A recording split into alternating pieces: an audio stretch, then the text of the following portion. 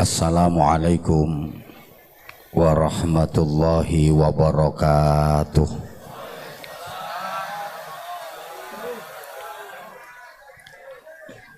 Assalamualaikum warahmatullahi wabarakatuh.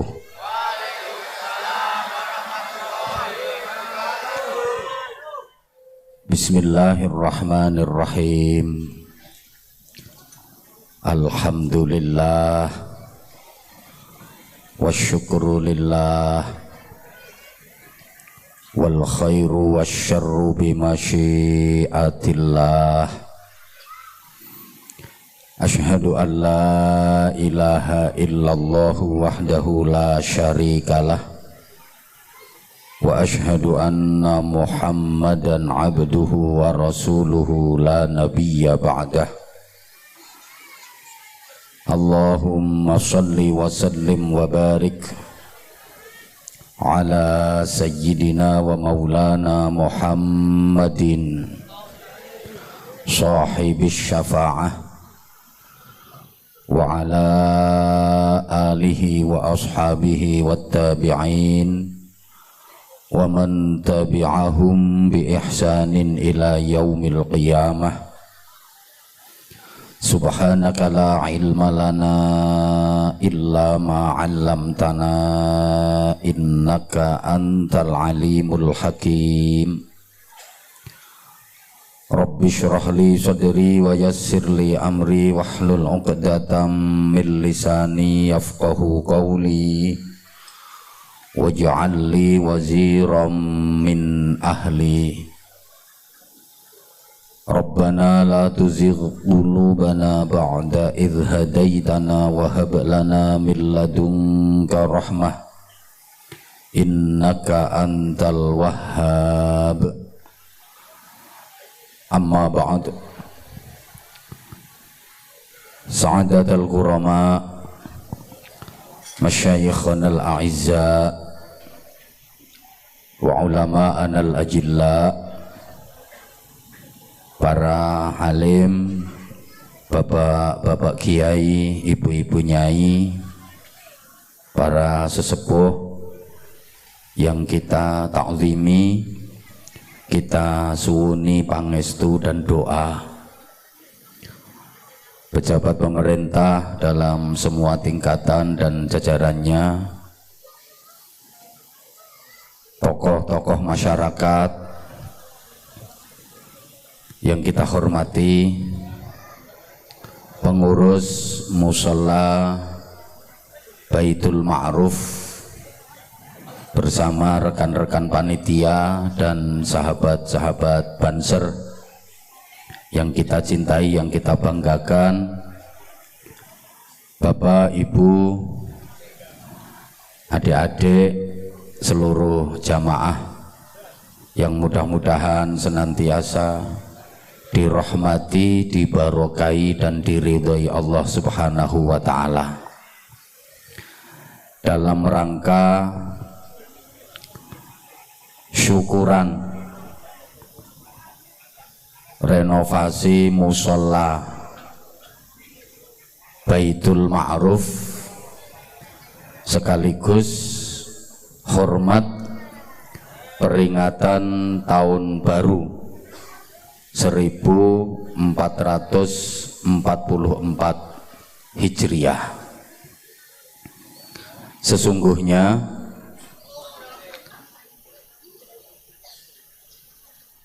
waktu yang harus disyukuri dalam Islam itu bukan hanya setahun sekali diperingati tahun baru disyukuri, tapi para jamaah, dalam Islam setiap hari itu adalah waktu yang harus disyukuri. Setiap hari kita diberi waktu dan kesempatan baru oleh Allah yang harus disyukuri. Allahumma sholli ala Muhammad. setiap bangun tidur itu sesungguhnya kita sudah diberi waktu baru oleh Allah, dan itu harus disyukuri. Makanya dianjurkan tiap bangun tidur kita berdoa. Yang doa itu diawali dengan tahmid, alhamdulillah, ungkapan syukur.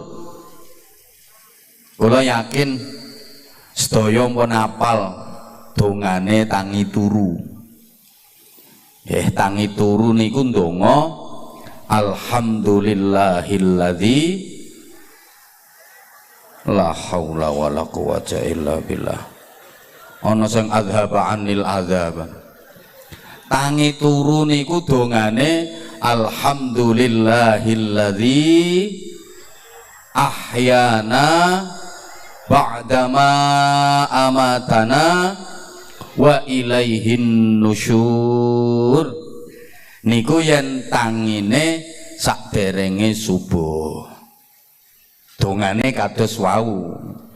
Tapi yen tangine kawanen dongane benten jam 8 kok nembe tangi, niku dongane inna lillahi wa inna ilaihi raji'un. Allahumma sholli ala Muhammad. Nembe tangi turu mawon kita diperintah ndonga. Dongane diwiwiti ngangge tahmid, syukur datang Allah, alhamdulillah. Para jamaah, yang dialhamdulillahi bukan semalam tidurnya enak, sing disyukuri alhamdulillah niku mboten kok wau dalu tileme sekeca. Alhamdulillah semalam tidurku nyenyak, apalagi hujan rintik-rintik, pakai selimut kemulan anget gek dikeloni bojo. Senes niku sing di alhamdulillahi. Alhamdulillah semalam tidurku nyaman, tanek, mboten niku. Alhamdulillah semalam tidurku lelap. Alhamdulillah semalam tidurku enak dan aku mimpi indah, mimpi ketemu Anwar Zahid. Mboten niku sing di alhamdulillahi. Ning sing di alhamdulillahi niku alladzi ahyana, diberi kesempatan hidup oleh Allah. Itu yang di alhamdulillahi. Makanya hidup kita harus berarti dan bermakna. Hidup kita harus stabil dan dinamis. Hidup kita hari ini harus bisa lebih baik daripada hidup kita yang kemarin. Uripe dina iki kudu luweh apik tinimbang uripe dina wingi. Niku sing kelebet minan najihin, termasuk orang-orang yang beruntung kalau hidupnya hari ini bisa lebih baik daripada kemarin. Ojo nganti uripe dina iki ming padha nilaine kalih wingi. Jas buka iket blangkon, sama juga sami mawon, sami mawon. Bokonge Mbak Mi dintup niku tiyang rugi kalau hari ini nilainya sama dengan kemarin, kelebet minal khasirin. Wong-wong sing rugi ming padha nggak ada peningkatan, nggak ada tambahan kebaikan, nggak ada perbaikan kualitas ibadah. Rugi yen dina niki ming padha karo dina wingi.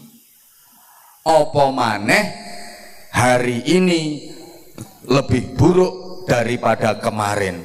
Niku minal halikin, termasuk orang-orang yang celaka. Na'udzubillah min dzalik. Allahumma sholli ala Muhammad. Oleh karenanya, Bapak Ibu para jamaah yang saya hormati rahimakumullah, agar hidup kita bisa dinamis, makin hari makin baik, makin lama makin bermakna, makin hari makin berarti, makin tua makin mulia, kita jangan cuma jadi orang baik, tapi harus berikhtiar maksimal jadi orang yang bisa memperbaiki. Ojo ming dadi wong apik wae, ning kudu iso dadi wong sing ngapiki. Kalau dalam bahasa agama, jangan puas dengan menjadi orang solih, tapi harus bisa meningkat jadi orang yang muslih. Mal farqu bainas sholih wal muslih? Apa perbedaan antara orang solih dengan orang muslih? Para jamaah rahimakumullah, solih niku artine wong apik, nek muslih niku artine wong sing ngapiki, melakukan perbaikan, menyeru kebaikan dengan prinsip berikhtiar terus melakukan perbaikan menuju kebaikan untuk meraih yang terbaik. As-salih khairuhu li nafsihi wal muslih khairuhu li nafsihi wa li ghairihi. Orang baik itu manfaat kebaikannya hanya untuk dirinya sendiri. Wong apik niku manfaat apike mung kanggo awake dhewe. Wal muslih khairuhu li nafsihi wa li ghairihi. Lah nek wong sing ngapiki melakukan perbaikan, menyeru kebaikan, itu kebaikannya di samping manfaat untuk dirinya sendiri juga bisa manfaat untuk orang lain, manfaat untuk banyak orang, sehingga dia jadi orang yang terbaik. Khairun nas anfa'uhum linnas. Sebaik-baik manusia adalah yang lebih membawa manfaat, memberi manfaat untuk banyak orang. Allahumma sholli ala Muhammad. Allahumma sholli ala Muhammad. Nah, cuma niki wonten konsekuensine Bapak Ibu para jamaah. As-salih yuhibbuhun nas wal muslih yu'adihin nas. Orang soleh, orang baik itu disukai banyak orang, dicintai banyak orang. Wong niku yen apik disenengi tiyang kathah, dicintai banyak orang. Orang baik disukai banyak orang, dicintai banyak orang. Tapi orang yang memperbaiki, melakukan perbaikan, menyeru kebaikan, justru malah dimusuhi banyak orang. Ningali domblonge kok kaya bingung yo. Orang itu kalau baik pasti disukai banyak orang, dicintai banyak orang. Jenengan kalau pengen disukai banyak orang, pengen disenengi wong akeh, dadi wong apik, pokok jenengan saged dados tiyang sae, mesti jenengan diremeni tiyang kathah. Lek syukur pengen disenengi wong akeh. Sementara orang-orang yang memperbaiki, melakukan perbaikan, menyeru pada kebaikan, justru malah dimusuhi banyak orang, karena dia berusaha untuk membongkar batu besar angkara murka, memperbaikinya dari kerusakan. Contoh, Kanjeng Nabi Muhammad sallallahu alaihi wasallam sakderenge diangkat dadi rasul, dicintai banyak orang, masyarakatnya remen sedaya, kabeh cinta datang Kanjeng Nabi. Sakderenge saderenge diangkat dados rasul. Karena Kanjeng Nabi orang baik. Dapat gelar Al-Amin, yang dapat dipercaya, sekalipun nggak pernah bohong. Rasulullah orang baik. Kanjeng Nabi sebelum diangkat jadi rasul orang baik. Semua suka, semua cinta sama Rasulullah. Tapi begitu Kanjeng Nabi diangkat dari rasul, diperintah Allah untuk melakukan perbaikan, menyeru pada kebaikan, Kanjeng Nabi mulai dimusuhi banyak orang, mulai dibenci kaumnya. Kanjeng Nabi bahkan dimusuhi keluarganya sendiri. Oleh kaumnya Kanjeng Nabi dianggap sebagai pendusta, pembohong, tukang fitnah, tukang sihir. Bahkan Kanjeng Nabi diarani wong edan. Kenapa? Karena Rasulullah melakukan perbaikan, menyeru pada kebaikan. Ini artinya apa?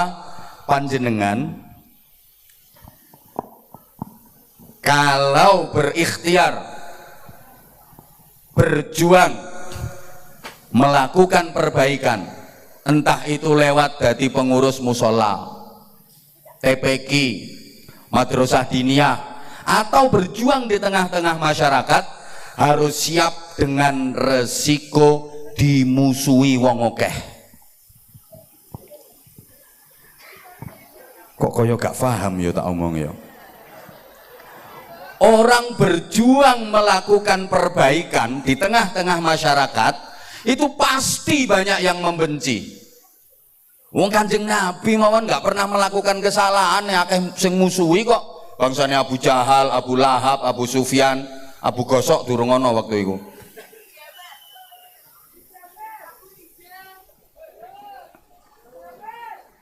Ampun kaget yen panjenengan berjuang dadi takmir musola, berjuang bangun musola, diomong wong, dirasani wong, difitnah wong, dielek-elek wong. Itu resiko perjuangan. Apa maneh wong sing penggaweane koyok kula, tukang ngoceh nang panggung. Dikira semua orang suka apa? Kok nyimut? Ada yang nggak suka. Nah, itu terus caranya kudu punya jurus no I reckon you. Kula nggak ada dongo ijazahe guru kula bismillahirrahmanirrahim, gak tak reken.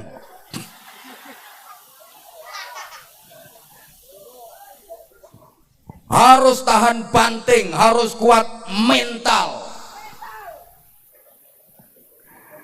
Lawang berjuang nembe dikritik uang sidik mutung, berjuang dari takmir masjid nembe kena kritikan sidik mutung.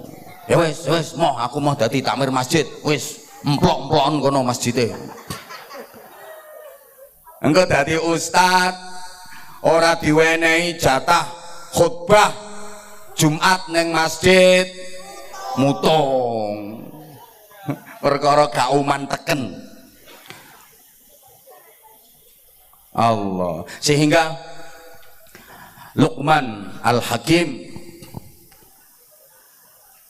memberikan wasiat kepada putranya, yang wasiat itu diabadikan dalam Al-Quran. Ya bunayya aqimis salata wa'mur bil ma'rufi wanha 'anil munkari wasbir 'ala ma asabak. Wahai anakku, dirikanlah salat, perintahlah kebaikan, cegahlah kemungkaran. Cuman untuk melakukan perintah kebaikan dan mencegah kemungkaran itu penuh dengan tantangan, penuh dengan resiko. Maka kamu harus membekali dirimu dengan wasbir ala ma asabak. Harus punya kesabaran yang kuat dalam menghadapi apapun yang menimpamu. Allahumma sholli ala Muhammad. Bapak Ibu para jamaah, wasiat yang luar biasa dari Luqman Hakim Ini mari kita jadikan panutan, terutama kita orang tua, dalam memberikan wasiat kepada anak-anak, mempersiapkan generasi kita, kaderisasi dan regenerasi. 3 hal kalau ingin anak-anak kita hebat dan berkualitas. 1, aqimis sholah, tegakkan sholat. Sekarang banyak orang tua yang kurang memperhatikan sholatnya anak-anaknya. Betul? Ngapunten. Saiki akeh wong tua sing kirang merhatosaken sholate putra putrinipun. Ngapunten. Anake wis sholat apa urung ora digatekke. Ning yen anake ora sekolah bingung. Anake ora melu kursus pelatihan nesu-nesu, anake ora mangkat kuliah ngamuk-ngamuk nesu-nesu, anake ora sholat ora diopeni. Jujur, jenengan lebih sering menanyakan tentang sholatnya anak atau sekolahnya anak?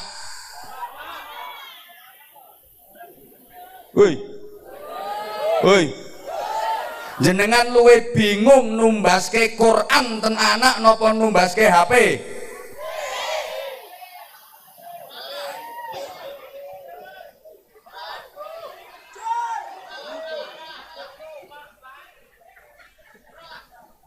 Apa maneh tepak sekolah libur? Ngapunten. Mbok anak leh turu bangkong subuh ora tangi, jam 8 nembe tangi dijarke wae.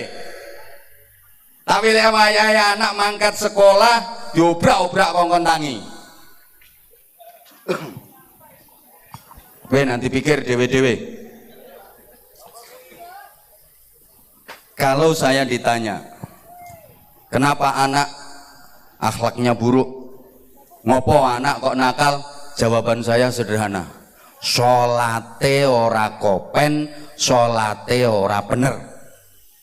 Janji anak iku sholate tertib bener, demi Allah akhlaknya apik, jadi anak yang baik. Kok meneng?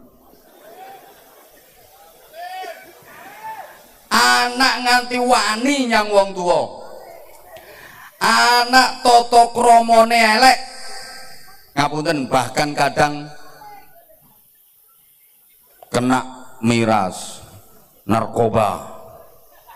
Itu karena sholatnya nggak diurus sama orang tuanya.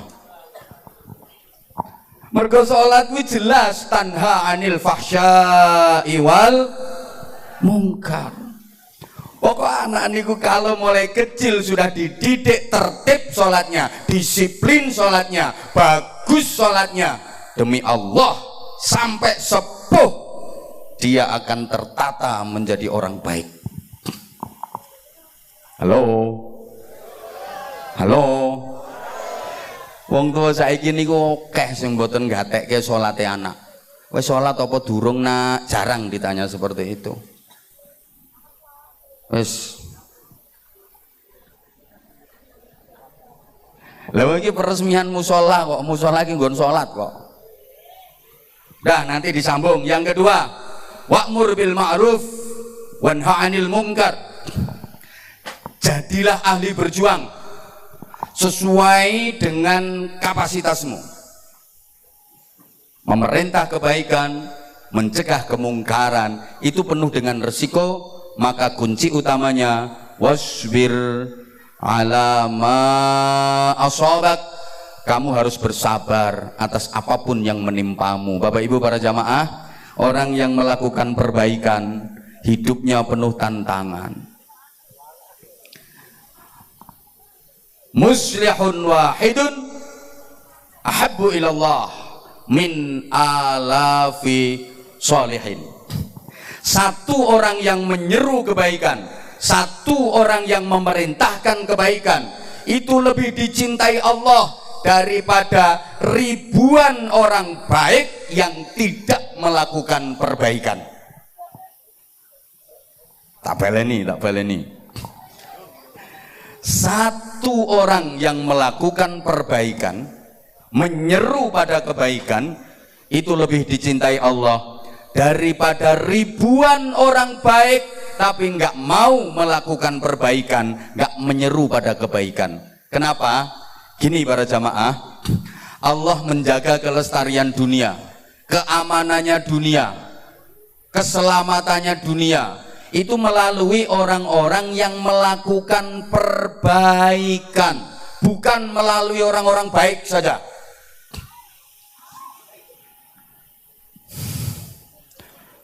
وَمَا كَانَ رَبُّكَ لِيُهْلِكَ الْقُرَى بِظُلْمٍ وَأَهْلُهَا مُصْلِحُونَ. Dan Tuhanmu Allah Subhanahu wa Ta'ala tidak akan menghancurkan satu daerah, satu negeri selama penduduk negeri itu pada mau melakukan perbaikan. Wa ahluha muslihun.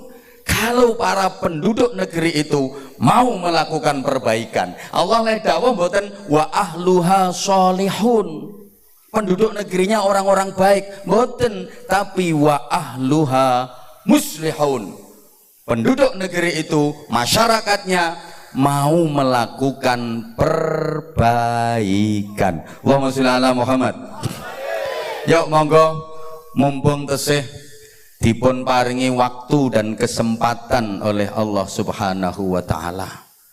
Banyak saudara-saudara kita yang tahun 1444 Hijriah ini sudah tidak diberi kesempatan untuk menambah amal ibadah, untuk melakukan perbaikan.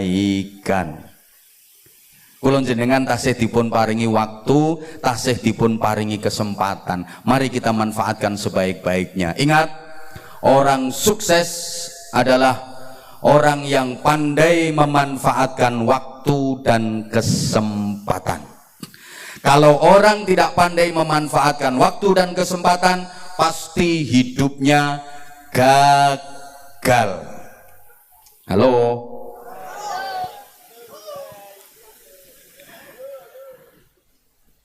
Padahal para jamaah, kesempatan itu datangnya cuma sekali. Dia tidak akan pernah datang kembali. Kalaupun ada kesempatan lagi, itu sudah merupakan kesempatan yang baru. Mbah, aku ngomongi wong sing ora pati cerdas kok bingung aku. Kesempatan itu datangnya cuma sekali, dia tidak akan pernah kembali lagi. Kalaupun ada kesempatan lagi, itu sudah merupakan kesempatan yang baru. Contoh, malam ini bukan malam kemarin. Siapa ngomong wis suwe? Malam ini bukan malam kemarin, walaupun rasanya sama, adem semriwing, namanya juga sama, malam hari, tapi esensinya berbeda. Siang tadi, Bapak Ibu para jamaah, bukan siang yang kemarin, dan siang besok bukan siang ini, bukan siang yang tadi. Walaupun namanya sama, siang hari, rasanya sama, panas-panas sumuk, tapi substansinya berbeda. Paham karepmu gak paham karepmu? Yang jelas orang sukses itu adalah orang yang pandai memanfaatkan waktu dan kesempatan dengan sebaik-baiknya. Kalau orang tidak pandai memanfaatkan waktu dan kesempatan dengan baik, pasti dia akan gelo. Gelo itu bahasa Inggrisnya the getun, and the keduung, nyesel pakai bingit, nyesel, getun, sedih, campur bingung. Disederhanakan dengan bahasa gelo.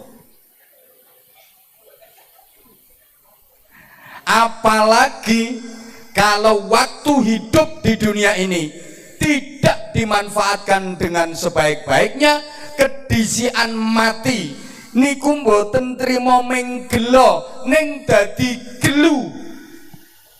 Saking gelone mboten namung gelo malah dadi gelu. Makane ngapunten, lemah sing didamel ganjel, damel bantal mayit ten kuburan niku kalih para sepuh diwastani gelu.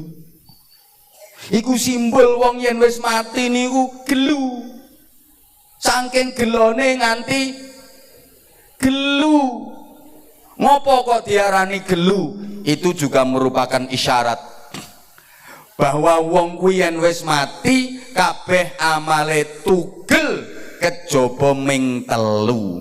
Kabeh amale tugel kejaba telu. Mula diarani gelu. Idza mata ibnu adama in qata'a amaluhu illa min thalathin shadaqatin jariyatin aw ilmin yuntafa'u bih aw waladin shalihin yad'u lah. Nalikane anak Adam sing aran menungso iki mati, amale kabeh tugel kejaba ming telu gelu. Siji sedekah jariyah, termasuk sing didamel bangun musala. Niki kelebet jariyah. Jariyah niku maknane mili. Diwastani sedekah jariyah niku sedekah yang pahalanya terus mengalir, mili terus mboten wonten telase ngantos kiamat. Ngopo kok mili terus ganjarane? Soale manfaat dari sedekah itu terus tanpa henti. Termasuk ingkang derek sedekah ten gene pembangunan musala niki kelebet jariyah. Selama musala niki masih dipakai untuk ibadah, selama itu pula yang ikut bersedekah dapat pahala jariyah. Pahalanya mengalir terus mboten wonten telase. Termasuk sedekah ten pondok pesantren. Pemane pesantrene kados nggen kula sing kathah lare yatime. Mboten promosi, alhamdulillah. Niki donature nggih wonten sing rawuh, Pak Haji Sakdullah. Niki alhamdulillah tiap bulan. Tapi mboten usah kula sebutne nominale pinten, kok ndak. Kok meng semono, kok ndak ngono. Wonten meleh Pak Haji Haryono. Alhamdulillah. Ya mboten kula sebutke, engko nek kula sebutke wong sugih kok sedekah meng semono, ngono.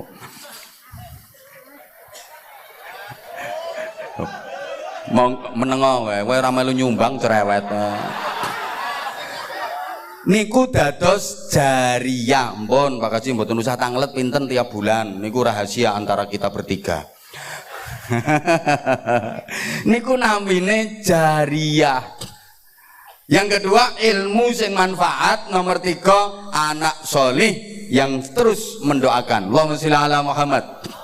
Nah, mula kula wangsuli lemah sing didamel bantal mayit ten kuburan diarani gelu.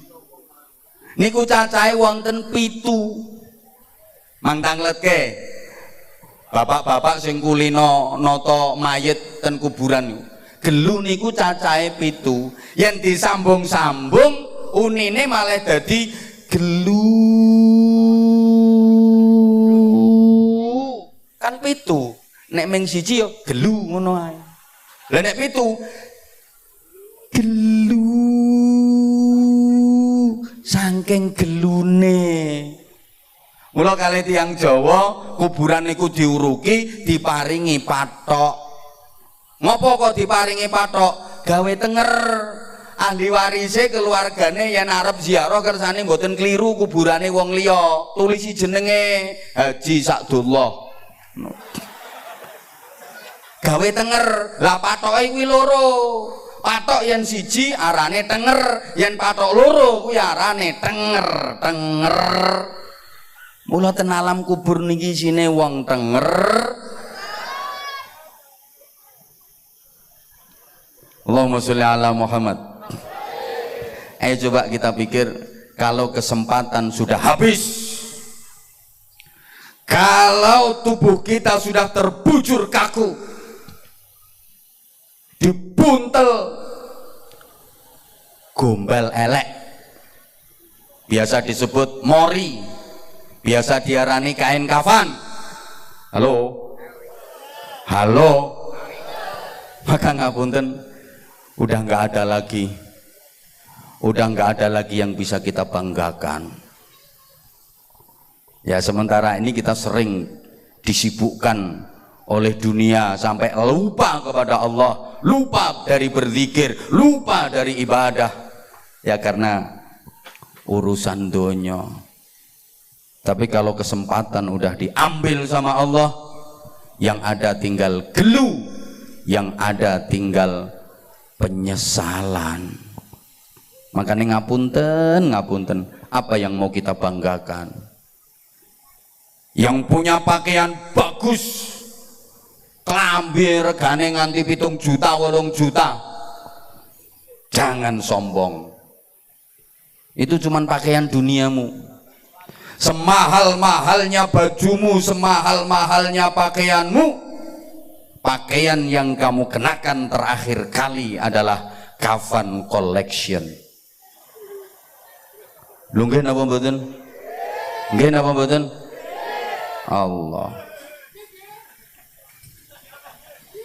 Dan kain kafan itu tidak bersaku, mboten wonten kesake. Cara mriki enten kafan diparingi sak.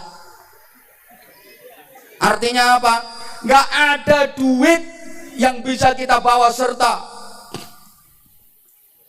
1 rupiah pun, sepeser pun nggak ada duit yang bisa diselempitkan ke kain kafan. Soalnya ora ono sae.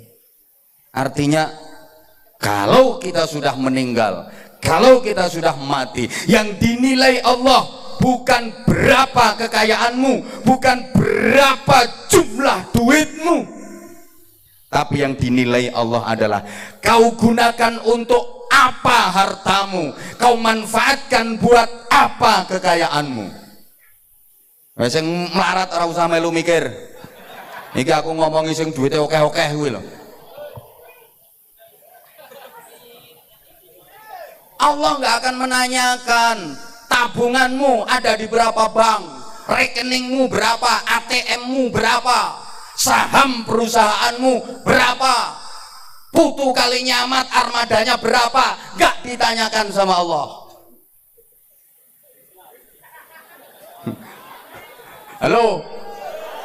Halo Ben. Tapi yang ditanyakan adalah dari mana kamu dapat kekayaan itu, bagaimana caranya kamu memperoleh kekayaan itu, dengan cara apa kamu dapat kekayaan itu, kemudian kamu gunakan untuk apa harta kekayaanmu itu. Allahumma sholli ala Muhammad. Kain kafan itu warnanya putih polos, nggak warna-warni. Juga lihat mriki kain kafan modelnya kotak-kotak, lorek-lorek. Wajib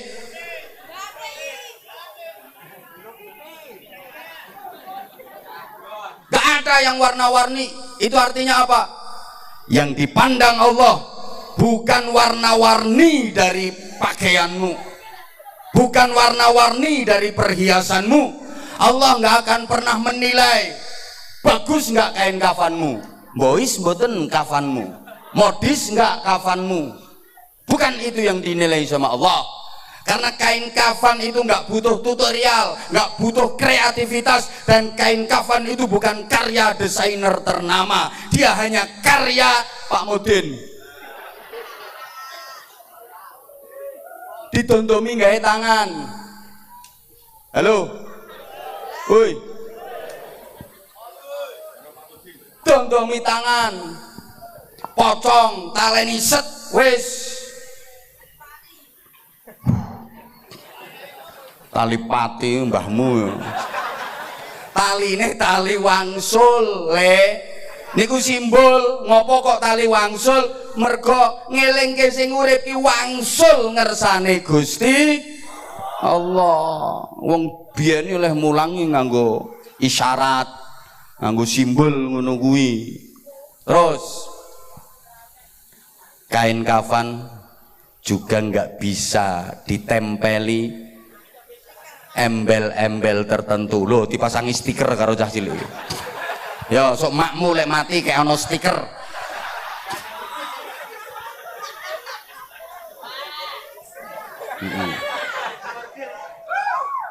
Makmu soleh mati kayak ono stiker pergi bersama gerandong. Kok nggak bisa ditempeli embel-embel apapun, setinggi apapun jabatan dan pangkatmu nggak bisa ditempelkan di kain kafan itu. Karena ngapunten, kain kafan itu sekarang udah bisa diukur. Samane kepengen nyoba monggo gak apa-apa. Wes iso diukur, iso dicoba sakniki. Monggo. Dan yang perlu sampean ingat, kafan itu hanya beda satu huruf dengan kapan. Satunya pakai F, satunya pakai P. Kafan hanya beda satu huruf dengan kapan. Artinya kain kafanmu sudah bisa kamu pesen mulai sekarang. Kamu desain mulai sekarang, bisa diukur, bisa dicoba. Pertanyaannya, kain kafanmu itu diresmikan penggunaannya untukmu kapan? Sing guyu banter iki ketoke disian. Ya Allah. Allahumma sholli ala Muhammad. Allahumma sholli ala Muhammad.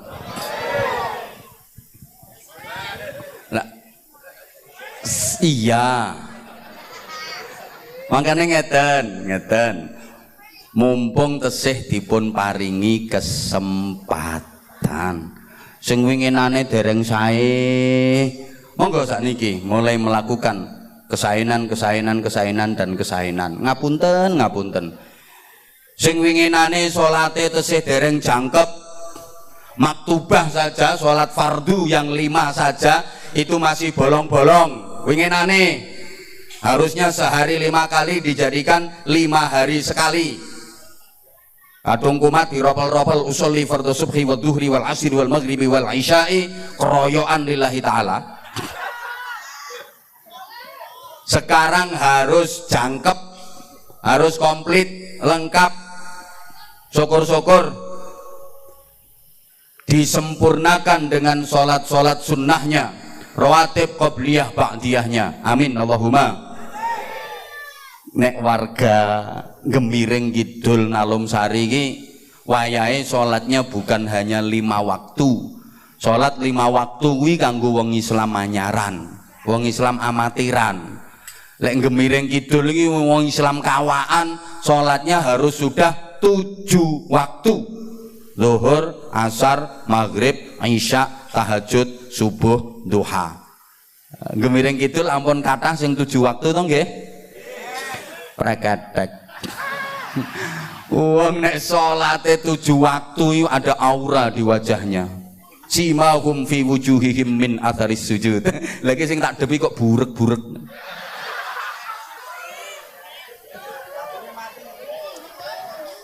Generasi muda bocah nom-nom saiki iki do sembrono masalah salat, kendel banget ninggalke salat.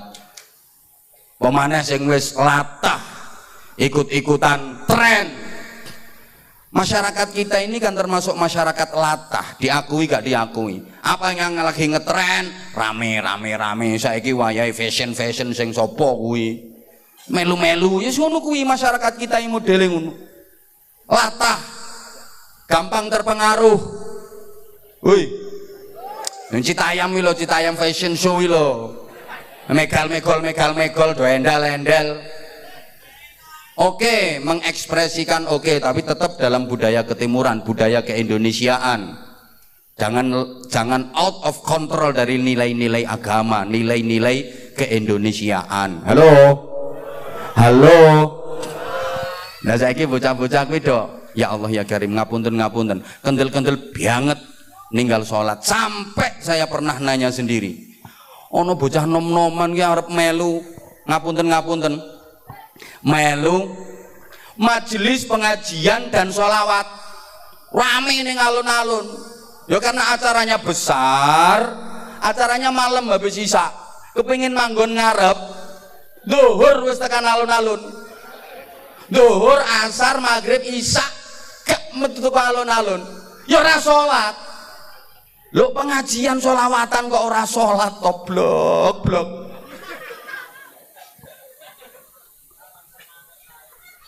Ora usah mangkat ae gundulmu. Ya mangkat tapi salat. Lho kuwi sing ning majelis pengajian, ning majelis sholawatan apa maneh? Kaya sing no sebelah panggung iki lho.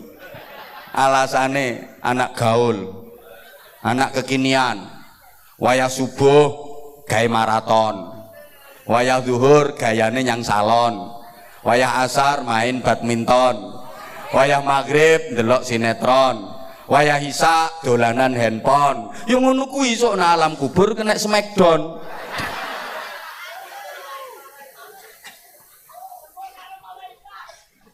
Loh, pe tempur karo malaikat. Iki nek gak peranaan ning Gemiring Kidul ra eneng model ngono. Wani tempur ambek malaikat iki lho. Wis le ringe wis disiapno karo mungkar nakir.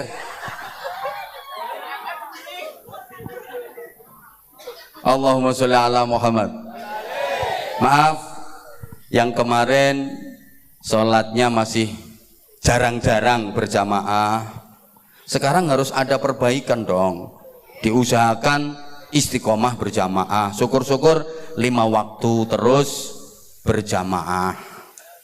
Apalagi orang yang rumahnya deket sama musola, deket sama masjid. Kalau dalam bahasa ulama penafsirannya, la sholata liman qarbal masjid illa fil masjid. Salatnya tidak dianggap sempurna, bahkan tidak diterima bagi orang yang rumahnya deket sama masjid tapi sholatnya nggak mau jamaah ke masjid. Berapa jarak itu? 40 rumah sekitar masjid dari berbagai penjuru arah, 40 rumah sekitar musola dari berbagai penjuru arah, mendengar adzan dari masjid dari musola, sholatnya nggak mau jamaah di masjid atau di musola, dianggap la sholata. Itu ada yang mengartikan tidak sempurna sholatnya. Nah, tapi kalau diartikan la yasihu, la tasihu, tidak sah, terus piye? Woi,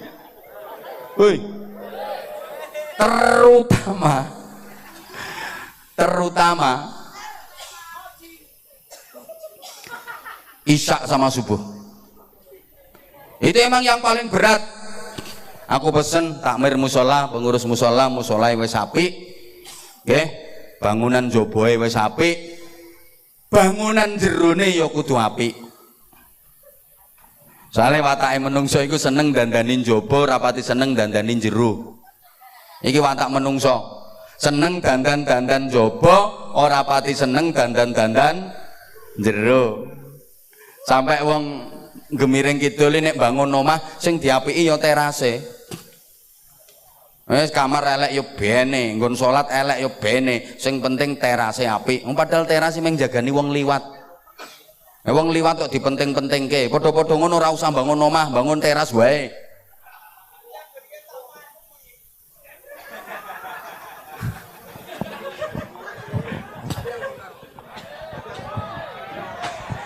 Itu ya, itu juga sudah diprediksi oleh Rasulullah. Saya di zaman ala nas, pada akhir zaman akan terjadi di kalangan manusia, di kalangan umatku, la yabqa minal Islam illa ismuh wa la yabqa minal Quran illa rasmuh masajiduhum kabirah walakinnaha anil huda kharrabah.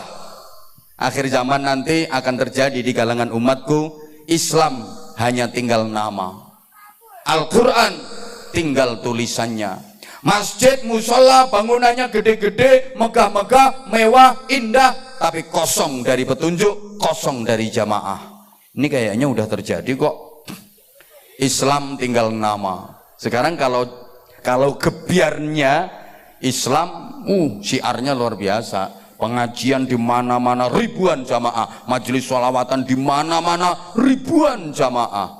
Tiap gang ada masjid, ada musola, ada TPQ, ada madrasah diniyah. Tiap desa ada pondok-pondok pesantren berjamuran, bermunculan, makin syiar. Tapi kalau dilihat dari nilai, orang yang benar-benar mengamalkan Islam, ngapunten, kayaknya hanya tinggal nama.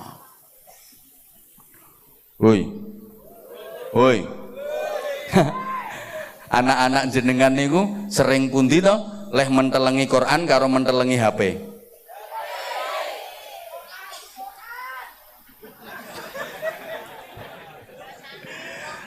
Zaman sekarang ini ada orang yang mengamalkan Islam dengan benar-benar, itu dia akan terasing, dianggap aneh, malah kadang-kadang dianggap gak waras. Di saat semua tangan sudah pegang setan gepeng, HP gitu.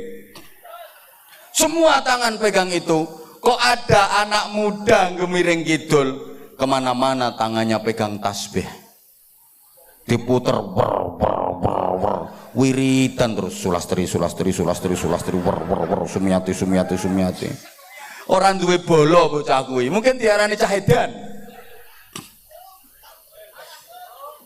Woi, ada ibu-ibu istiqomah tiap ba'da sholat maghrib sampai isya, HP off, TV mati, buka Quran ngaji sampai isya. Aneh, orang duwe bolo. Soalnya wayahe tiktokan, ora usah guyu kelakuanmu yang ngono kuwi kok. Islam tinggal nama. Ngapunten, tinggal nama Islam. Pengajiannya bengak-bengok ngene iki. Al-Quran tinggal tulisannya. Allah ya karim. Bocah-bocah saiki niku dikongkon maca Quran do alergi.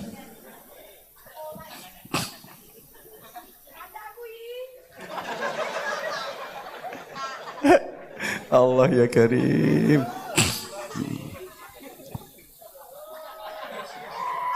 Masjid musola gede-gede tapi jamaah kosong. Mulane aku kuatir iki, musolane iki kuatir lodok aku.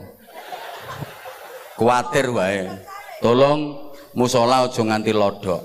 Saniki kathah kok masjid ku bangunane gede banget, tapi jamaah sak soft wae ora kebek. Iku jenenge kan masjidé lodok to. Timbangane ngono gawe masjid ya ora usah gede-gede entek-enteki dhuwit. Gawean jelantir ngono ae kok separo. Jelantir wae. Ora usah gede-gede kok ya. Padahal apa-apa nek lodok ya ora penak. Penak sing ngepres ngono lho.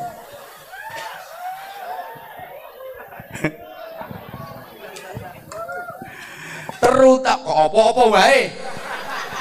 Ayo sampean nganggo kopiah lodok penak apa ora? Penak apane yo ganjeli sempak kok. Yo penak sing ngepres sek lho, penak nganggo kaos yo penak sing ngepres.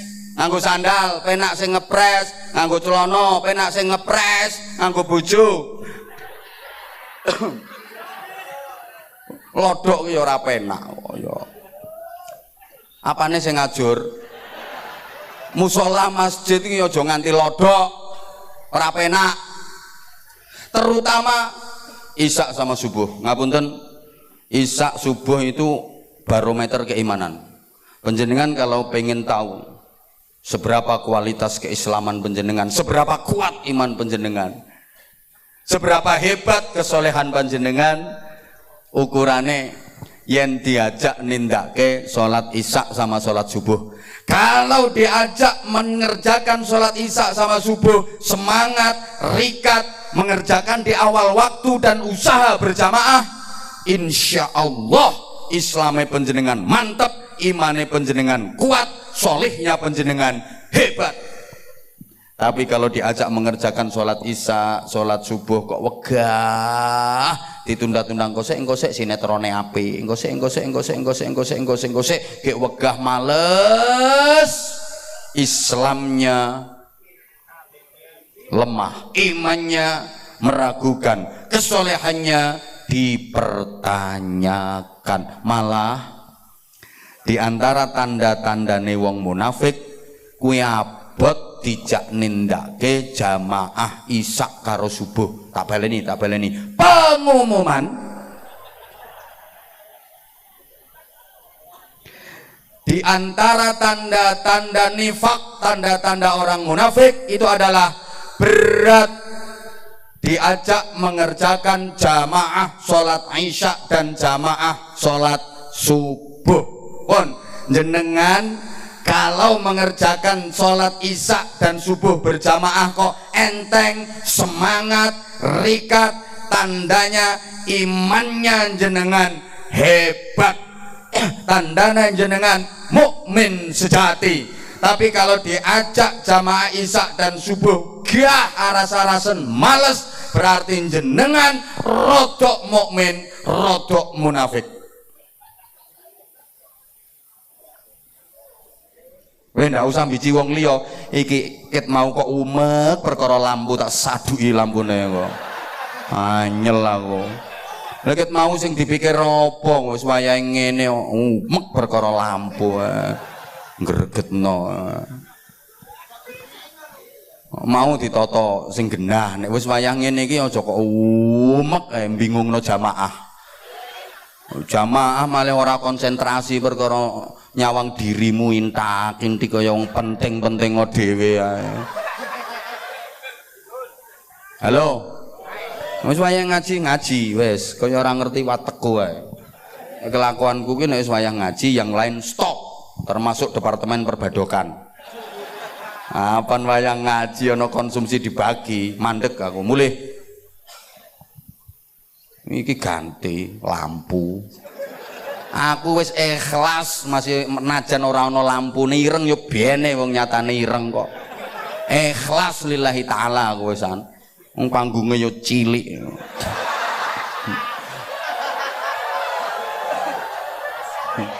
Kayak kambale wis amoh banget iki.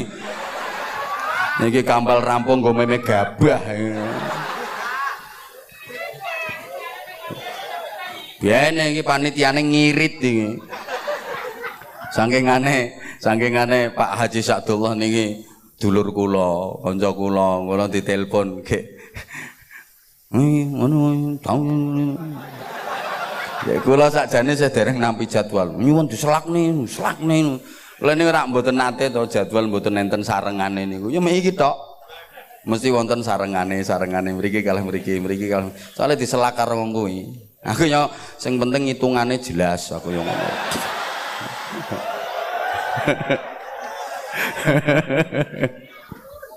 Boten gojekan gak ngene. Matur suwun, itulah aspirasiku Pak Haji. Nah, udah diwakili oleh cangkeme cah kuwi. Allahumma sholli ala Muhammad. Lah itu barometer. Sekaligus ukuran kula jenengan ki luwih mentingke donya apa akhirat. Kira-kira nek wong gemiring kene iki luwih mentingke donya napa akhirat?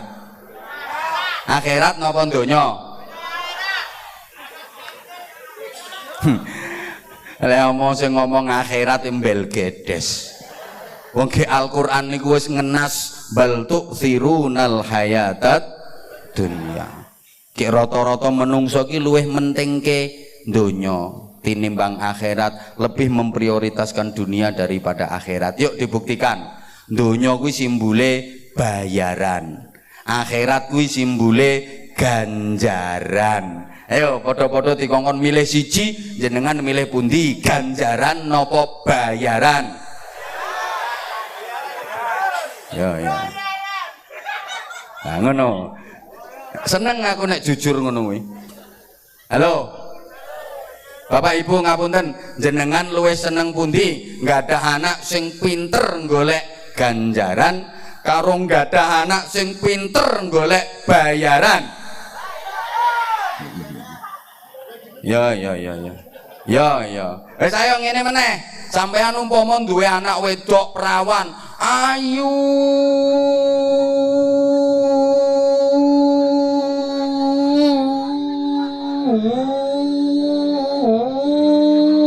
banget.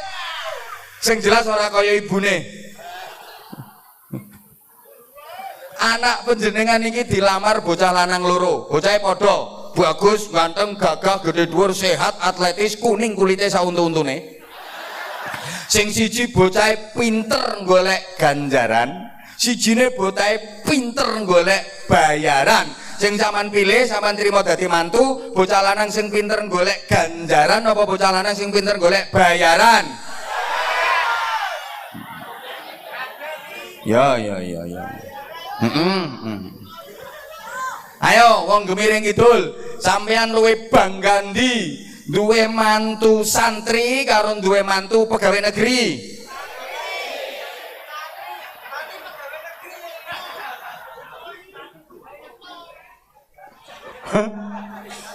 Woi, seneng pundi, bangga pundi duwe mantu sing mulang nanggone TPQ dadi ustad karo duwe mantu sing dadi pejabat?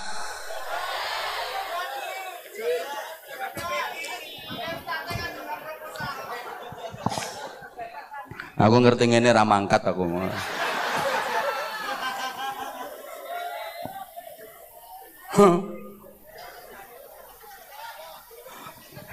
Makanya ning adzan subuh itu ada satu kalimat yang berbeda dari adzan-adzan yang lain. Itu merupakan teskis, realisasi simbolik. As-salatu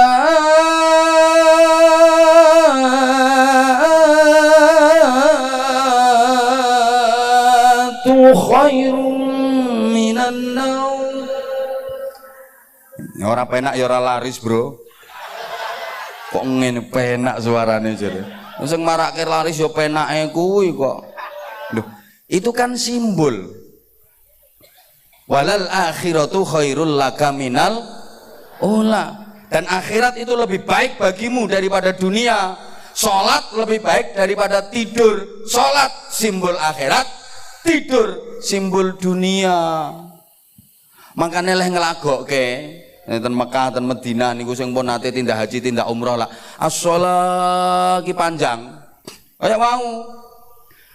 Naum pendek. As-shalatu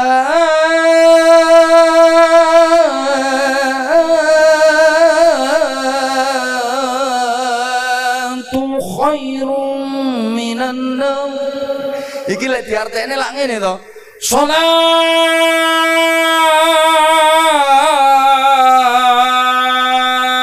kuwi luwih apik timbang turu. Salate dawa turune ndek. Salate suwe turune sedilu. Salate akeh turune sithik. Lah nek musala Baitul Makmur ora ngono kok adzane. Gek sing adzan iki wis mampu lemah. Salate ndek naume sing sak dawan-dawan. As-shalatu khairum minan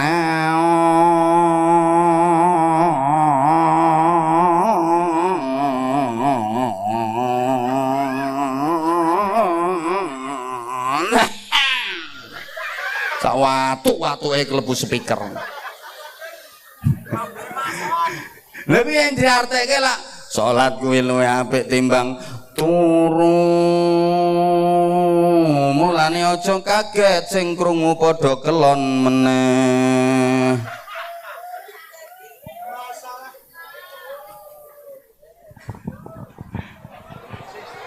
Nah, lho wis sak jam setengah kok ora entuk wis sih karepmu dhewe apa kongkonan wae?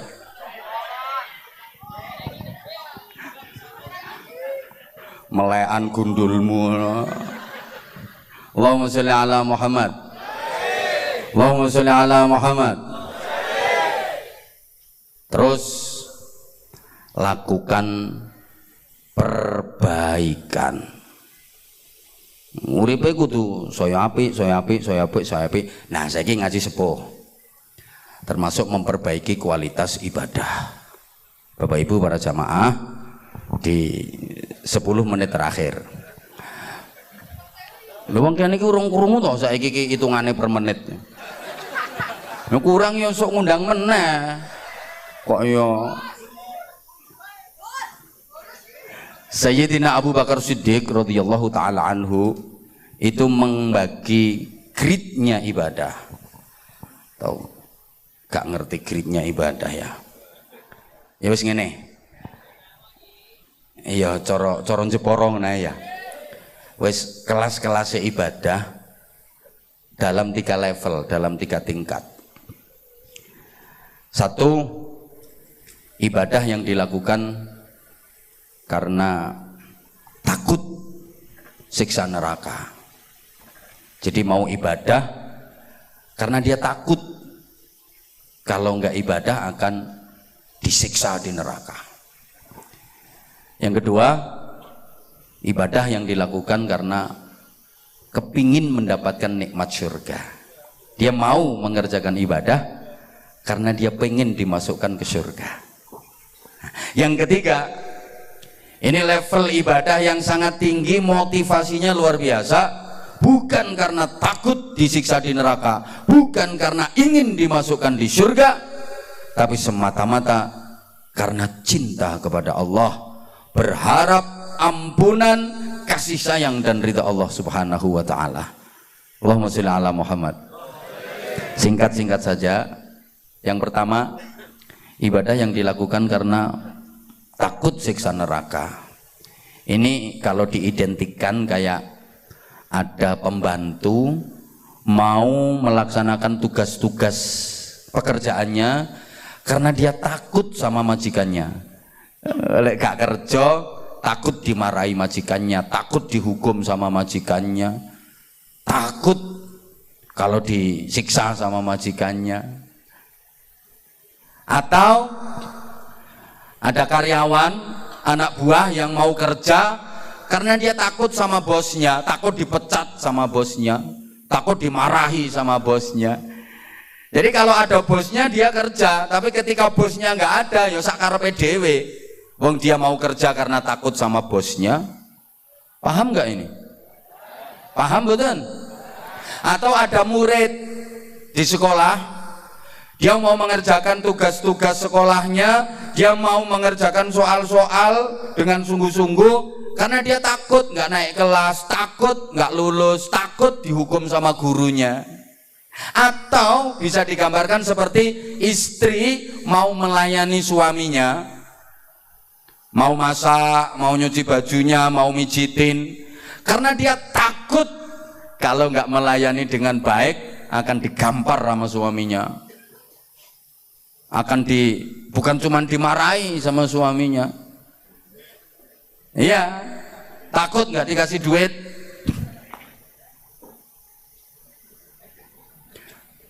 Ini gambarannya orang yang ibadah, dia ini gelem sholat, gelem zakat, gelem poso Ramadan, gelem tindak haji, karena dia takut kalau nggak dikerjakan akan disiksa di neraka. Ini andaikan tidak ada neraka, andaikan Allah tidak menciptakan neraka, dia nggak mau ibadah. Kok umpama Gusti Allah orang gawe neraka, dia ini orang gelem sholat, dia ini orang gelem poso Ramadan, wong ibadahe mergo wedi neraka. Paham betul? Embo cetha apa ora? Udah, yang kedua, ibadah yang dilakukan karena pengen dapat nikmat surga. Iki gambarannya kaya ono pembantu gelem kerja sungguh-sungguh, memang dia berharap gaji, kerjanya sungguh-sungguh, apalagi di hadapan bosnya, caper dia, carmuk, cari perhatian, cari muka, biar sering dapat tips, biar sering dapat bonus. Karyawan mau kerja serius, aktif, disiplin, dinamis, ya karena dia pengen dapat tambahan gaji dari bosnya. Gambarannya seperti itu. Ada murid mau mengerjakan soal-soal ujian karena pengen dapat nilai bagus, pengen naik kelas, pengen lulus, pengen dapat ijazah. Ada ustadz mau ceramah, menyampaikan pengajian karena dia berharap pengen dapat.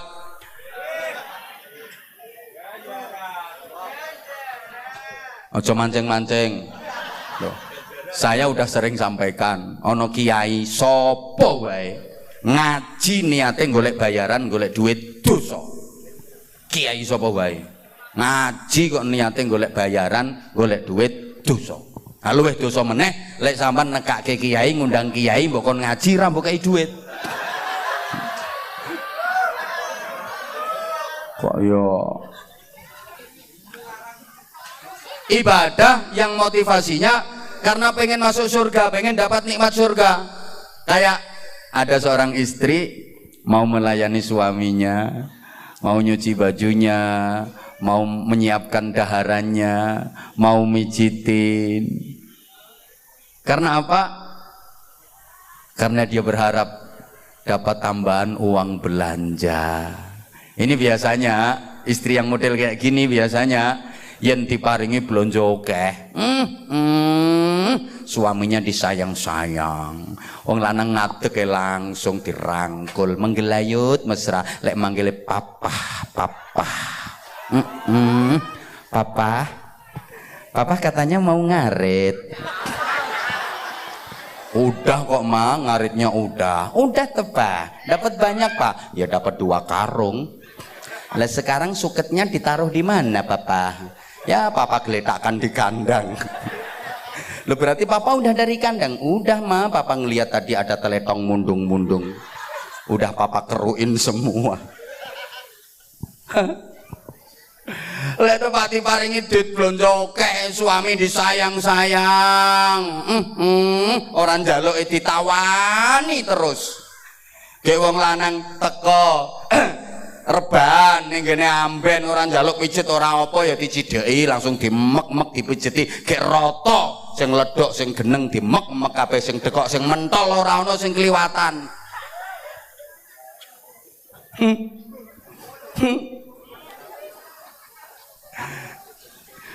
Tapi lek sing lanang ra ndedit duit belanja telat guyu emoh mesem emoh petuk bojone lambene langsung maju lincip rasa guyu kelakuanmu yang ngono kuwi. Ini namanya ada uang abang disayang, nggak ada uang abang ditendang. Ada fulus abang dielus, nggak ada fulus abang dikeremus. Ada duit abang diuwe-uwe, nggak ada duit abang dicutek. Ada dolar abang tidur di kamar, nggak ada dolar abang tidur di latar.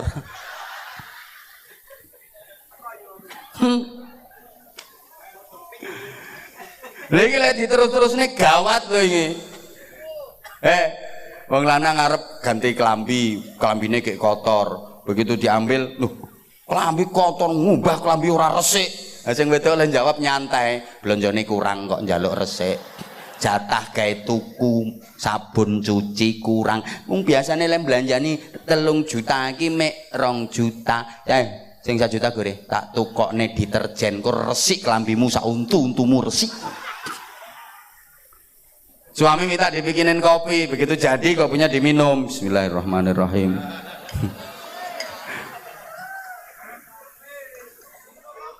Bismillahirrahmanirrahim. Ternyata pahit. Akhirnya suami ini ngomel, kopi pahit, ora dikai gula apa piye? Sing wedok lan jawab, lemu blonjone kurang. Ayo gorene sing 5 juta. Tak tukone gula kok tak huruki gula raimu.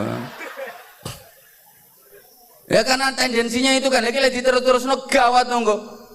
Istri lagi melayani suami dalam hubungan intim, lagi hot-hotnya, lagi semangat-semangatnya. Tiba-tiba istrinya ngomong, stop, mudun dhisik. Ayo kurangannya sing 2,5 juta gore, engko dilanjut. Lega cangkep tahun cit nih. Mbuh. Lah itu gambarannya wong gelem kerja mergo berharap upah, berharap imbalan, gelem ibadah, gelem sholat, gelem maca Quran, gelem zikir, gelem ngaji, mergo kepingin swarga. Andaikan Allah tidak menciptakan surga, dekne ora gelem sholat, ya mau ngaji, ya mau maca Quran. Ngopo aku sholat, ora entuk swarga kok. Ngopo aku maca Quran, ora entuk hadiah kok. Paham mboten? Paham mboten? Nah, yang paling hebat orang ibadah yang bukan karena takut siksa neraka, bukan berharap dapat nikmat surga, tapi dasarnya semata-mata cinta. Hanya berharap ampunan Allah, berharap rahmat Allah, berharap ridha Allah. Salat, zakat, poso, umroh, haji, pengajian, wiridan, sodako, nyantuni yatim, bangun masjid, bangun musola, nyumbang pesantren, gak kepingin oleh swarga, gak wedi siksa neraka, semata-mata mencari ridha Allah karena cinta. Orang yang ibadah seperti ini, dia nggak mikir surga, nggak mikir neraka. Bahkan andaikan dia didatangi oleh malaikat utusan Allah, terus dia dibilangin, Kaji Sakdullah, ora usah ngibadah nemen-nemen, lehmu ibadah ra usah gedung-gedung ji Kaji Sakdullah, percuma lehmu ibadah, percuma lehmu tahajud, percuma lehmu umroh, percuma lehmu bangun musola. Tulisane ning Lauhil Mahfud Kaji Sakdullah neraka. Apa jawabannya dia? Bene malaikat. Najan tulisan ning Lauhil Mahfud aku neraka, aku sholat tetap sholat. Aku bangun musola yuk bangun musola. Aku poso yo poso. Aku maca Quran maca Quran. Aku sedekah sedekah. Wong aku leh ngibadah ora perkara wedi neraka, aku ya ora pengen mlebu swarga. Percuma ibadahmu, neraka ya biyene. Ning neraka ora apa-apa, sing penting Gusti Allah ridho nyang aku. Aku mlebu neraka ora apa-apa, sing penting Gusti Allah ridho nyang aku. Timbangane mlebu swarga Gusti Allah ora ridho, mlebu swarga ora digatekke karo Gusti Allah. Padha karo sampean misale mlebu nang omahe wong sugih, sampean ya iso mlebu, iso manggon, iso mangan, iso ngombe, ning ora disawang, ora ditekoki. Ayo, rai gedhet kuwi jenenge. Masuk neraka enggak apa-apa, yang penting Allah ridho. Ngono jawabannya Kaji Sakdullah. Engko hebat men wong iki.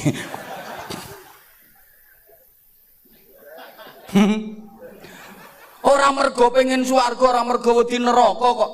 Aku diperintah ibadah karo Gusti Allah, ya tak lakoni. Paham betul? Paham betul? Wow, ini kelas ibadah yang luar biasa. Sepertinya kita untuk mencapai level ini berat, tapi setidaknya harus latihan, dan terus latihan. Allahumma sholli ala Muhammad. Coba Ibu sebagai penutup uraian saya, enggak singkat sih, wis meh 2 jam kok singkat. Sebagai penutup uraian saya, ada satu kisah gini. Istrinya Khalifah Harun Ar-Rasyid itu cantik-cantik semua. Ya wajar, memang istrinya raja. Kula sering matur, wong lanang sing bojone ayu ki 3. Siji pejabat, 2 wong sugih, 3 kiai. Lho mang titeni to. Wong lanang 3 ki mesti bojone ayu-ayu. Pejabat bojone mesti ayu. Dijak foto yo pantes, bening-bening. Bojone pejabat-pejabat kuwi delengen. Ra ayo ora perkara efek kamera kok. Mergo ngopo? Lha yo mergo jabatane kuwi. Dijak foto ki jan pantes, rata-rata istri pejabat itu ya pantes, lemes, luwes, gandes. Ya bojone wis ngono-ngono kae jendit ngono. Mbek nyangkluk tas cilik jendit. Bening-bening ora kaya bojomu. Soalnya dirimu ora pejabat. Ayo bojomu kayak ono efek kamera yang paling apik ya panggah buret nek bojomu. Kok ngomong efek kamera apa? Ya kita kan berbicara dari segi umume lho, umume. Bojone pejabat iki rata-rata ya bening-bening ayu-ayu. Delengen to, delengen. Bening-bening ayu-ayu kok. Sampai kadang-kadang eneng masalah, eneng kasus, eneng ngene ya mergo bojone ayu. Bojo elek aman kaya bojomu aman. Kasus apa? Wong demit ya ketemu nyingkrih kok. Ya ora ngece nyatane ya. 2 wong sugih, wong lanang sugih rata-rata bojone ayu. Mergo wenang milih. Ngono lho, kok sampean nek kathik weruh ana wong lanang kok rupane ngapunten ora bejaji kok sing wedok ge ayu mesti wong sugih. Leres sih. Cuma wong lanang elek kok rabi wong wedok ayu kuwi hukume makruh. Lho niku nggih buka nggone kitab Adabud Dunya Waddin. Wong lanang rupane weli kok rabi wong wedok ayu mening-mening kuwi hukume makruh. Kenging napa? Ganggu lingkungan. Ambek ngerusak pemandangan. Nah iya ya. Terus wong-wong iki dongane ya ora pati apik. Wong-wong leh ndonga kuwi cara sing lanang mati aku ya gelem genteni ngono. Mbah winginane wis lara nemen kok ora sida mati. Ganggu lingkungan. Tapi nek wong sugih iki rata-rata bojone apik. Wenang milih kok. Terus umpama bojone kok ora pati ayu, iso dipoles to. Ngono lho. Makane ana wong wedoke prawane yo biasa, terus dirabi wong sugih. Ngono ku yo mundak apik oleh 3 wulan sikil-sikilane iso mundak apik, iso piye ngono. Mantes sih. Ngono. Sampeyan nek ora sugih ya wis jangan terlalu berharap lah. Ya wis apa anane kuwi nanti terima-terimake, telateni kok lak mati-mati dhewe. Nomor 3, kiai. Kiai iki rata-rata bojone ayo. Ayo selidiki dari Sabang sampai Merauke.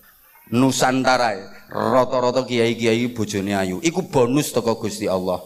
Sadurunge diparingi pol ayu bidadari surga, ning donya wis dikai bonus karo Gusti Allah bojo ayu. Ana kiai bojone kok ora ayu kuwi nasib. Lah wong kiai iki hiburane ya mung bojo kuwi tok kok. Arep golek hiburan karaoke ya ora pantes, biliar ya ora pantes. Hiburane ming bojo nang ora ayu pisan wis taqabbalallahu minna wa minkum taqabbal. Nah mulane Allah kuwi adil, rata-rata kiai iki bojone ayu. Ngono bonus.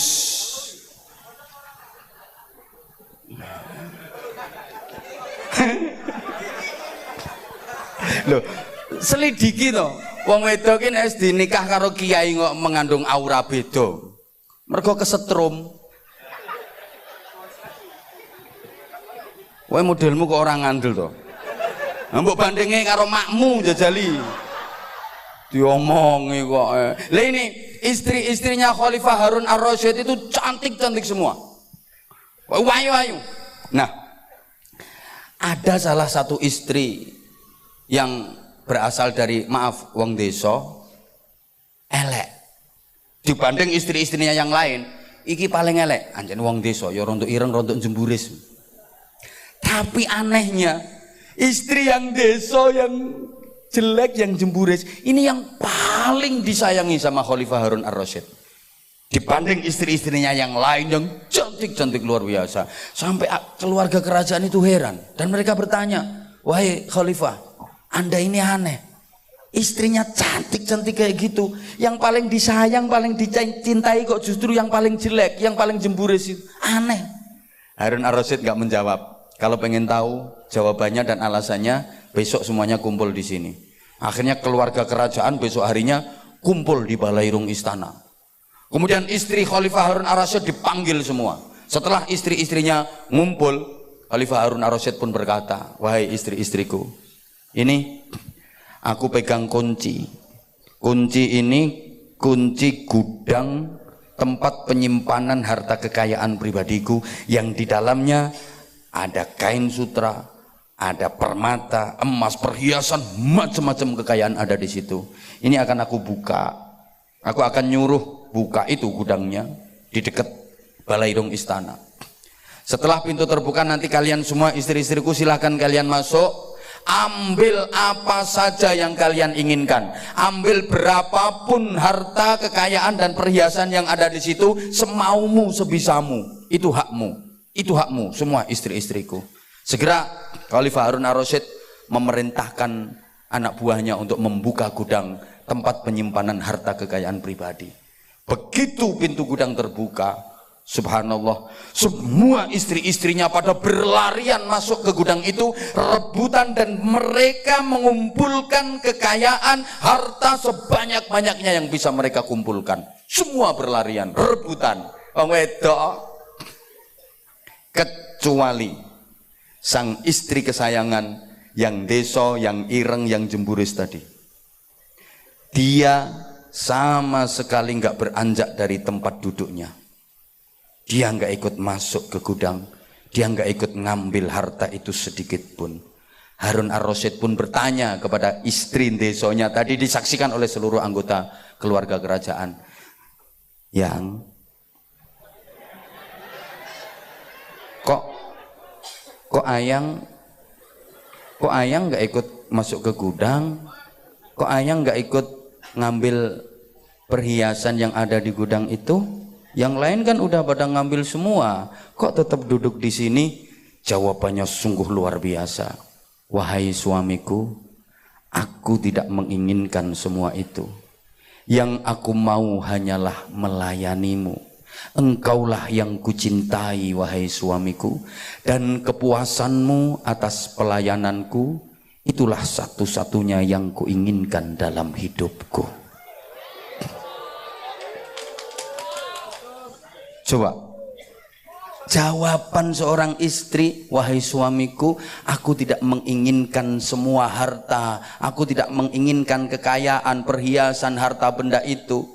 Yang ku mau hanyalah melayanimu, yang ku inginkan hanyalah mengabdi kepadamu. Engkaulah yang paling kucintai, wahai suamiku, dan kepuasanmu atas pelayananku itulah satu-satunya yang ku inginkan dalam hidupku. Masya Allah. Coba ibu-ibu sekali praktek gitu dong ke suami. Wahai suamiku, aku nggak ingin duit, nggak ingin gelang, nggak ingin kalung, nggak ingin baju bagus, nggak ingin mobil mewah, enggak.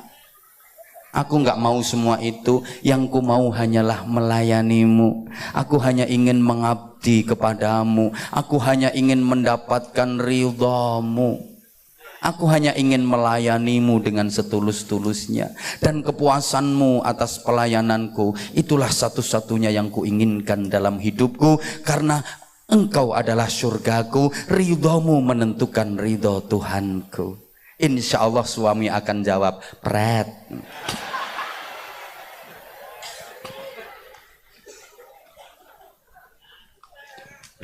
Sehingga Khalifah Harun Ar-Rasyid kemudian berkata, wahai seluruh anggota keluarga kerajaan, kalian mendengar sendiri, kalian menyaksikan sendiri bagaimana sikap istriku yang ini dibanding istri-istriku yang lagi pada masuk rebutan harta perhiasan di dalam gudang itu. Kalian tahu sendiri, kalian mendengar sendiri, kalian menyaksikan sendiri. Itulah alasan kenapa aku lebih menyayangi dia daripada yang lain. Kenapa aku paling mencintai dia daripada yang lain? Karena cintanya dia ke aku sangat tulus. Dia nggak berharap apa-apa.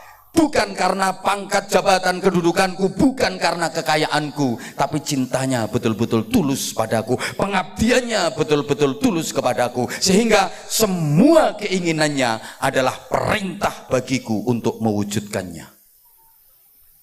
Beda dengan yang di sana yang masuk gudang itu geragas-geragas semua itu. Celutak-celutak semua kaya wedokan gemiring kidul.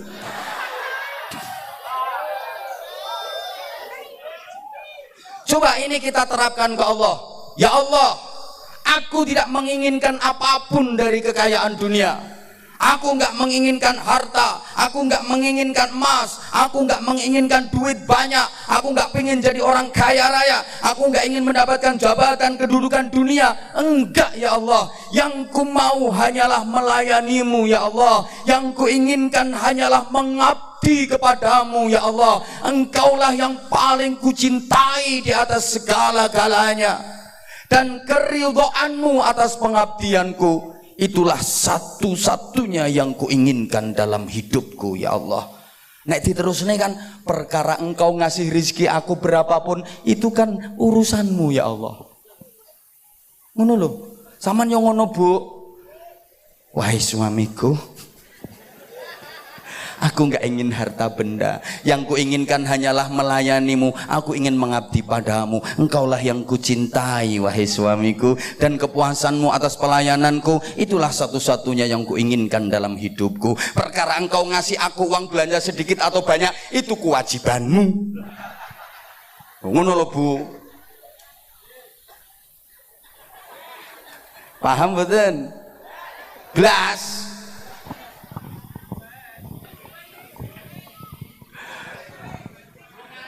Maka ada sindiran, bahkan kritikan pedas, saya bilang, dari seorang sufi besar yang hidup di abad ke-9 namanya Rabi'ah al-Adawiyah.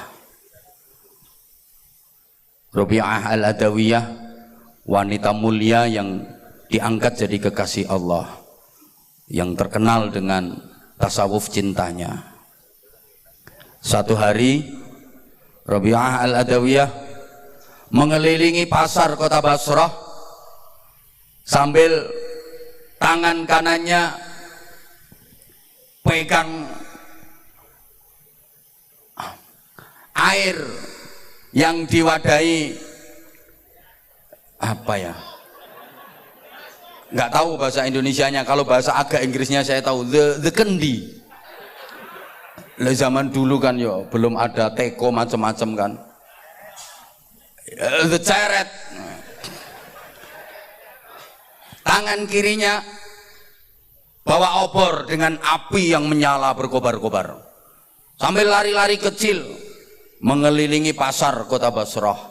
Orang-orang pada bertanya, wahai Nyai Rabi'ah Adawiyah, apa yang engkau lakukan? Lari-lari mengitari pasar, tangan kanan pegang kendi berisi air, tangan kiri pegang obor dengan api yang menyala-nyala. Apa maksudmu? Jawaban beliau, ketahuilah wahai seluruh penghuni pasar, dengan air dalam kendi ini aku akan memadamkan api neraka. Aku akan menyiram neraka biar neraka padam apinya, biar neraka nggak panas lagi, supaya nggak ada orang yang ibadah karena takut dibakar di neraka. Kan nerakanya udah padam. Dengan api yang ada di tangan kiriku ini, aku akan membakar surga biar surga terbakar panas membara, sehingga nggak ada lagi orang yang beribadah menyembah Allah karena ingin masuk surga. Ini kan kritikan yang luar biasa. Bahkan dalam satu untayan doa yang dirangkai dengan munajat cinta yang sangat indah, beliau Nyai Rabi'ah al-Adawiyah menyatakan, ya Allah Tuhanku, jika aku menyembahmu, jika aku beribadah kepadamu karena takut siksa neraka, maka benamkan aku ke jurang neraka yang paling dalam dan hukum aku dengan siksa neraka yang paling pedih. Wahai Allah Tuhanku, kekasihku, jika aku beribadah kepadamu karena ingin mendapatkan nikmat-nikmat surga, maka jauhkan aku dari surga sejauh-jauhnya. Jangan pernah ciumkan kepadaku bau surga. Tapi jika aku beribadah kepadamu semata-mata hanya berharap ampunanmu, berharap cinta dan kasih sayangmu, maka curahkanlah ridhamu kepadaku ya Allah. Subhanallah, bertahap belajar, mudah-mudahan kula jenengan bisa diberikan hati yang bersih. Keberadaan musola Baitul Ma'ruf ini mudah-mudahan menjadi wahana turunnya hidayah, turunnya bimbingan dan pertolongan Allah kepada jamaahnya khususnya dan kepada masyarakat secara umum, agar makin mantap Islamnya, makin kuat imannya, makin sempurna takwanya. Al-Fatihah. A'udzubillahi minasyaitonirrajim. Bismillahirrahmanirrahim. Alhamdulillahi rabbil alamin. Ar-Rahmanir-Rahim, Maliki yaumiddin. Iyyaka na'budu wa iyyaka nasta'in. Ihdinas siratal mustaqim. Siratal ladzina an'amta 'alaihim ghairil maghdubi 'alaihim waladdallin. Rabbighfirli wa liwalidayya wa lil mu'minina amin ya rabbal alamin. A'udzu billahi minasyaitonir rajim. Bismillahirrahmanirrahim. Hamdan syakirin, hamdan dzakirin, hamdan na'imin, hamdan yuwafi ni'amahu wa yukafi mazidah. Ya Rabbana lakal hamdu wa lakas syukru wa lakas tsana'u kama yanbaghi li jalali wajhika wa 'azimi sultanik, walhamdulillahi rabbil alamin. Allahumma ij'al jam'ana jam'an marhuma wa tafarruqana min ba'dihi tafarruqan ma'suma. Allahumma la tad'a lana fi majlisina hadha dhanban illa ghafartah, wa la hamman illa farajtah, wa la karban illa nafastah, wa la 'aiban illa satartah, ولا مريضا إلا شفيته ولا جاهلا إلا علمته ولا ضالا إلا هديته ولا معسرا إلا يسرته ولا مقصودا إلا حصلته ولا دعاء إلا استجبته ولا فقيرا إلا أغنيته ولا دينا إلا أديته ولا حاجة من حوائج الدين والدنيا والآخرة هي لك رضا إلا قضيتها ويسرتها ويسر أمورنا يا الله يا الله يا الله واشرح صدورنا واختم بالصالحات أعمالنا اللهم أحسن عاقبتنا في الأمور كلها وأجرنا من خزي الدنيا وعذاب الآخرة اللهم اجعل هذا المصلى بيت المعروف معمورا بعبادك الصالحين ومعمورا بعبادك المسلمين ومعمورا بعبادك المؤمنين ومعمورا بعبادك المخلصين ومعمورا بعبادك المتقين اللهم إنا نسألك الخير كله ونعوذ بك من الشر كله يا من بيده الخير كله اللهم لك الحمد ومنك الخرج وإليك المشتكى وأنت المستعان وإليك التكلان وعليك البلاغ ولا حول ولا قوة إلا بك ربنا آتنا في الدنيا حسنة وفي الآخرة حسنة وقنا عذاب النار وقنا عذاب النار وقنا عذاب النار وأدخلنا الجنة مع الأبرار برحمتك وفضلك يا عزيز يا غفار يا حليم يا ستار يا رب العالمين جزا الله عنا سيدنا محمدا صلى الله عليه وسلم ما هو أهله بفضل سبحان ربك رب العزة عما يصفون وسلام على المرسلين والحمد لله رب العالمين. Sedaya lepat lan khilaf saestu kula nyuwun agungipun pangapunten wafaqanallahu wa iyyakum lima yuhibbu wa yardah. Wassalamualaikum warahmatullahi wabarakatuh.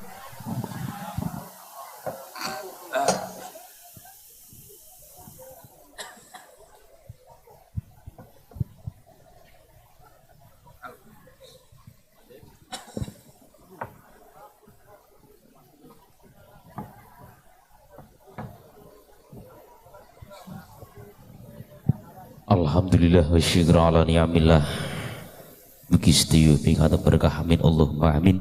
Moga kanthi posan sholawat kendheraaken sarengan. Allahumma shalli ala Muhammad ya Rabbi shalli alaihi wa sallam.